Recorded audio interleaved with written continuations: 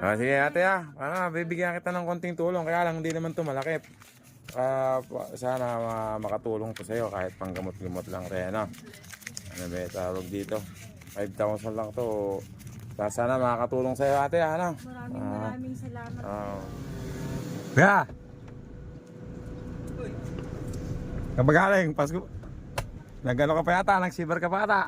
Nagsibar? Ito yung ano niya mga kaagri. Ano yun eh. Asa may bayo mo? Yung malaki na yan? Kabila ba? Paparada ko lang. Bibigyan ko ng tulong yan mga kaagri. Lagi kong kasama sa kanya eh. Kaya lang naputulan ng pa yung pwede kayo pumarada rito. Saan may, alam mo, yung asawa mo pala yun, yung naputulan ng pa? Oo nga, nakita ko si Ate Peyong ba yan? Okay. Nakakagri siya yung masipag to, nakakagri oh. Hindi yun. Kagagaling lang niya sa sibar-sibar. Bibigyan kita ng konting tulong. Bibigyan kita ng konting pangbili ng gamot. Kaya si Ate... Sino ba siya? Ay, si Ate Peyang pala siya. Hindi ko na natandaan. Si Ate Peyang, masipag dati to. Masipag dati si Ate Peyang. Si Ate Peyang pala. Naputulan? Ba't naputulan ka lang pa, Ate Peyang?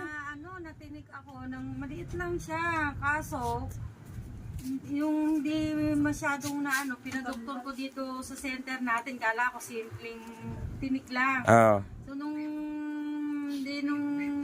dalawang beses akong pumunta sa center, hindi nagbago. Ngayon, dinala ko ng, ang pangalan to, PJG Cabanatuan. Ano naging findings? Hiniwa-hiwa lang yung ganito ko, hiniwa. Tapos pinutol na agad? Tapos umuwi ako. Ilang araw lang ulit, hindi nagbago yung naramdaman ko. Dinala ko dito sa may Quezon kay Doc Dennis Del Rosario. Kaagad sabi niya, nung nakita niya pa ako, ay ate, sabi niya, i-confine ka na, sabi. Ayun, dun ako na-confine. Tapos pinutol na agad? Yung kanyang tinik, dito pumasok sa yung loob nito, napulok doon. Baka may diabetes ka naman tayo? Meron. Yun nga. Marami. Hindi naman mapuputol. Tapos pinread niya, kinayas yung gulok tinanggal. Nung tinanggal, nakita, puro na rin, yung buto na lang. Hindi pwedeng ilakad. Kaya pinutol na rin? Oo, pinutol na rin. Sige ate ito, masipag to si Kuya. Days akong na-hospital. Sige ate bibigyan kita ng konting tulong. Kaya lang hindi naman to malaki. Sana makatulong po sa'yo kahit panggamot-gamot lang rin. Ano ba tawag dito? 5,000 lang to. Sana makakatulong sa'yo ate. Maraming salamat sa'yo. Sige po sana wag po kayong magpagaling po kayo. Happy New Year po kaya.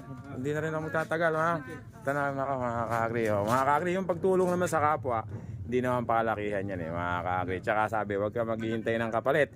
Diyos na bahalang magbalik sa iyo mga kaagri. Hanggang dito na lang yung vlog ko. Maraming salamat. Thank you very much mga kaagri.